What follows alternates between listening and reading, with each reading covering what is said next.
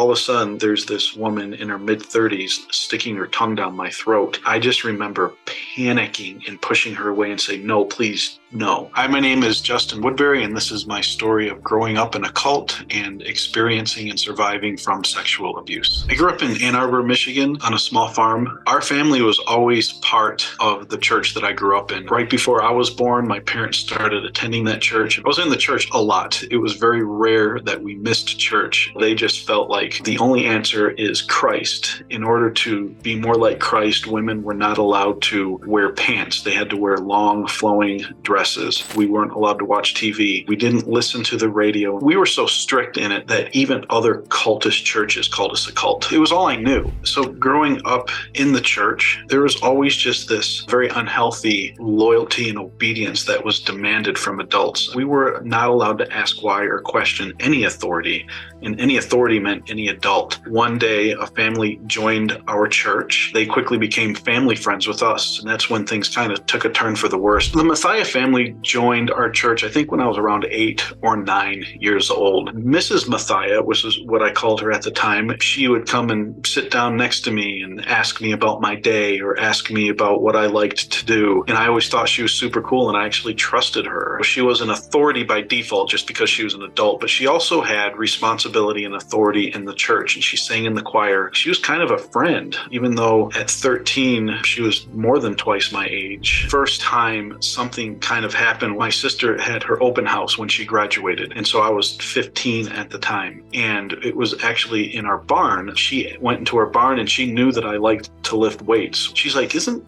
this where you lift weights? And I'm like, yeah, but they're behind. She's like, can you take me back there and show me where you lift weights? And so we went back there and nobody thought anything of it. And she's like, can I lift weights? She wound up laying down on the bench and asking me to spot her and lean over her lifting weights. Before I knew it, my hands were right on top of her. It just happened that way. And I just remember making some excuse to leave and then just get out of there because I was like, whoa, I felt weird when it happened. So the relationship with Carolyn Mathia started to escalate and turn really bizarre. One day, my mom had given me a bunch of schoolwork to do, and then she left to go out grocery shopping. And while she was gone, the phone rang.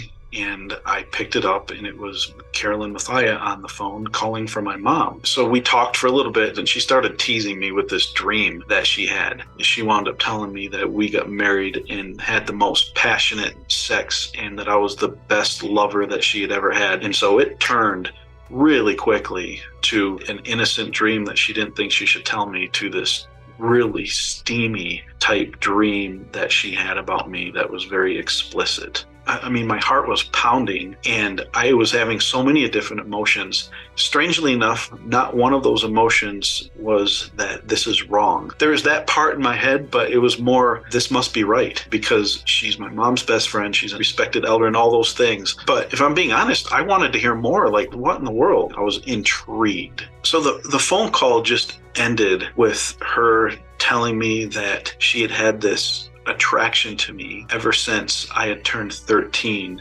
and started going through puberty. And then she started asking me questions about like masturbation, different things like that, if I had ever done it and thought of her, and all sorts of different weird type questions. When I got off the phone, I didn't tell anyone that it had happened. A few weeks later, I confided in my best friend, but I did not breathe a word of it. I didn't even tell my parents that she had called or anything. I saw her at church that night, and I remember in the hallway after church, she purposely brushed herself up against me in a sexual way. At one point, her family came over to our house, and I remember standing in our kitchen and all of a sudden feeling this hand going down my back. My parents were in there, her whole family was in there, and she was just standing behind me. And she was starting to do things and take advantage of opportunities right in front of people. At one point, she asked me right in front of my parents, hey, your dad just recently repainted your room, didn't he? Can you show it to me? And so we went upstairs into my room, and the second that we got in there, she threw me up against the wall and started to French kiss me. I had never even kissed before. So all of a sudden, there's this woman in her mid-30s sticking her tongue down my throat. I just remember panicking and pushing her away and saying, no, please, no. I did not enjoy it. It was not an enjoyable experience. So it went from kissing to feeling to touching, like clothes off and all sorts of different things going on. There's actually an old childhood friend, and I hadn't seen this girl in years, so she gave me her phone number. So I remember walking away with her phone number on a piece of paper in my pocket. And so I remember during that conversation looking across the auditorium and Carolyn, who was hanging onto her husband, just glaring at me. I thought, what in the world? I just honestly didn't understand. She came up to me and she's like, so what was that all about? She's like, well, what did she give you? And I'm like, oh, she just gave me her phone number. She's like, oh, can I see it? And so I gave her the phone number and she crumpled it up and she put it in her mouth and ate it and swallowed it. And I'm like, what? I was so confused. And she's like, if you're with me, you're not going to be with her. There is a particular day when we're talking and she burst into tears. I said, what's wrong? She's like, well, I just love you so much. And I know that one day you're going to wind up getting married and you're not going to marry me because I'm already married and you can't marry a married woman. And I'm just going to be the most brokenhearted woman in the congregation watching you get married. And she's like, the thing that really kind of stinks too is that my kids love you. I could very easily see them calling you daddy. The sexual abuse, I guess, culminated about a week after that, where we went to some place that had woods and she pulled off to the side and we went to the woods and she performed oral sex on me. And that was like the ultimate part of it. And it was something that she wanted to do that I said fine, and did not enjoy it for many reasons. It was really disgusting and dirty. That was when I felt probably the dirtiest I had ever felt. And then with my dad actually sitting down and saying, I've noticed the way Carolyn acts around you and I don't like it. Stay away from her. And my mom rushed into Carolyn's defense and was like, Stan, you're a pervert. Like, how could you say such a thing? She's my friend. You have such a dirty mind and you think everybody thinks dirty like you. So she defended her friend. And my dad's like, I'm just telling you what I see. This woman is after my son and I don't like it. I didn't say a word the entire time, but he's like, Justin, watch out. If there is something going on and her husband finds out, he's liable to come after you with a shotgun. And so I called her on a payphone. And I was like, we can't do this anymore. Can we still be friends? I broke up with her. It just sounds so bizarre, but that's basically what I felt like I was doing. And she said, okay, if that's the way you want to play this, but just keep in mind, if you ever breathe a word of it, I will deny it. I will lie. You'll get in trouble. So you better not. So for the next year, I didn't breathe a word of it. And I avoided Carolyn at all costs. One day I was working in the fields with my dad. I couldn't hold it in any longer. And so I'm like, Dad, what you said about Carolyn last year was right. He's like, what do you mean? And so I told him what happened. But I made him promise not to tell. And so I left and went to college. Shortly before spring break of my college freshman year, my dad called me and he's like, I promised you I wouldn't tell anybody about what you told me, but I'm seeing a pattern here, Justin. This woman is preying on other kids. I would just beg you to consider telling preacher, the pastor of our church, a little bit about what happened, just to make sure she doesn't have the opportunity to prey on anyone else. The spring break of my freshman year, I met with my pastor, with preacher, and it was the worst conversation ever. And he scored the guilt. He's like, you weren't a Joseph. You could have ran. So you are responsible for what happened. They confronted her and she denied everything. She's like, what? No, that never happened, which is what she said. And so he said, I already met with Justin. He told me everything. So she broke down crying. She's like, well, it did happen, but Justin was the one that came on to me. He said, there is no consent with a minor. And if you don't tell me exactly what happened right now, I'm going to make you meet with all the deacons and we're going to make you tell us what happened. And so she finally broke down and was like, yeah, it's true. I did it all. It was my fault. I came on to him. I have problems, whatever.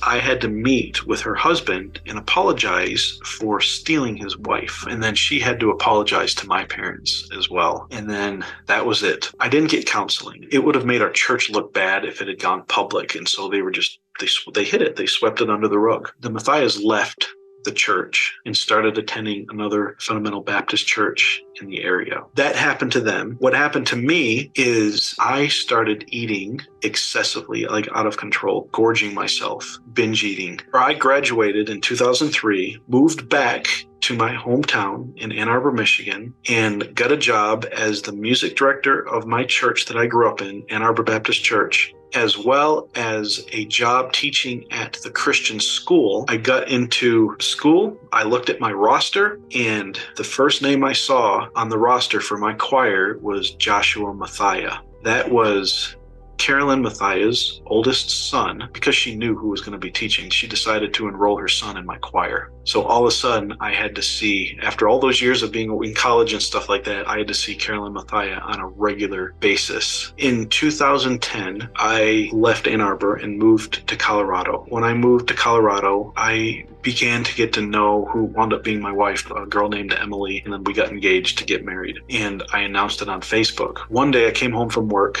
and got a Facebook message, and it was from Carolyn. And she says, "Congratulations. She looks like a beautiful girl. I'm so happy for you," and referring to Emily. And so I wrote what I thought was the nastiest letter possible that I could think of. And it just was simply, "You're a pig. Don't you ever contact me again, or else I'll tell the whole entire world what you did, and I'm going to block you." That was the last contact I ever had with her. The reason I share my story is to be an advocate for others. My sexual abuse didn't happen until I was in my teens, and it was by my mom's best friend. But it could have happened in the church and in the nursery because they didn't have any standards. They didn't have there's going to be 2 adults in the same room at all times, or there had to be background checks. There's nothing like that whatsoever. And I actually believe that there was some sexual abuse going on when I was little, but I don't know about it for sure. So it's not like that stuff couldn't have happened. It's just so happened that for me, it did not happen until I was in my teens, and I was a little bit more independent. There's a 40 middle-aged man that would give little kids piggyback rides, or he would put them on his shoulder, and they'd be wearing dresses and stuff, and he would, walk them around the church, and nobody thought anything of it. But now, if I saw some guy offer to give my 7-year-old daughter a piggyback ride, I would lose my mind. Cult-like churches like the one I attended, they're a predator's playground, because a guy can walk in, he can be wearing a suit, be wearing a tie, be carrying a big old King James Bible, and say, "Thus saith the Lord," and they'll be like, "Oh man, you must be worthy of being a Sunday school teacher. Come on in," and stuff. So faithfulness was more important than whether or not they were qualified or anything. The way I healed is while I was writing my book, I wanted to make sure that I was not bitter or angry in writing it. And I felt like I had forgiven everyone else in my past. But when I got to the chapter of Carolyn, I had not healed, and it was clear because I had some really angry feelings towards her. And so it was a combination of writing the book and then really just crying out to God and saying, "You've got to take this burden off of me. You've got to help me, walk me through this." I truly believe that that was an answer to prayer in my life as far as like the healing. For anybody going through something similar to what I went through, every story is different. Everybody's healing journey is different. One of the first things that I believe everyone has to do, this is not unique to anyone, you have to get away from your abusive environment. So you can't heal if you're continuing to be wounded. For me, that was leaving Ann Arbor and moving out to Colorado. Then from there, be patient with yourself. Give yourself grace during your healing journey. It took me 25 years to almost come full circle. My wife had a lot to do with that as well, just building me up and being so sympathetic and patient with me as I worked through this whole healing process. And she was just by my side the entire time. Today, I have a family. I have 2 kids that I love dearly. I have a wife that I love dearly, and they love me. And I've got a good job and love what I do. And I think that that's what makes somebody successful. In many ways, time heals all. Nobody is not worthy of love, and nobody is unworthy of being successful and thriving after abuse. It just takes time in that healing journey and stuff, but it is there. Thanks for listening to my story about my past and about my present. I'm thankful that my past does not define, does not have to control my present. If you want to follow my journey, you can find me on the links below. If you're interested in reading more about my journey and my story and my healing, you can find my book on Amazon. It's called Sheltered But Not Protected.